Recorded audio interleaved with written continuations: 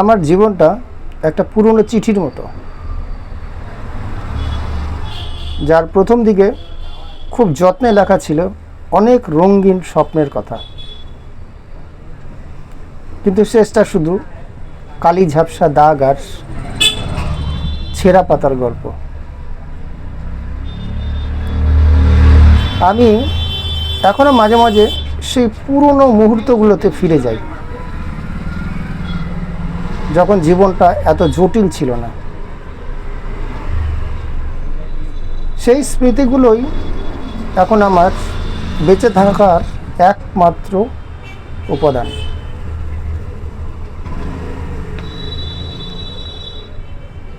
আমার কথা কেউ শুনুক বা নাই শুনুক, আমার অপ্রাপ্তির স্মৃতিগুলো সব সময় আমার সঙ্গে থাকে। আমি আজও সেই সব স্বপ্নের দিকে তাকিয়ে থাকি, যা হাত বাড়ালেই পাওয়া যেত, কিন্তু কোনো এক অজানা কারণে ধরতে পারিনি।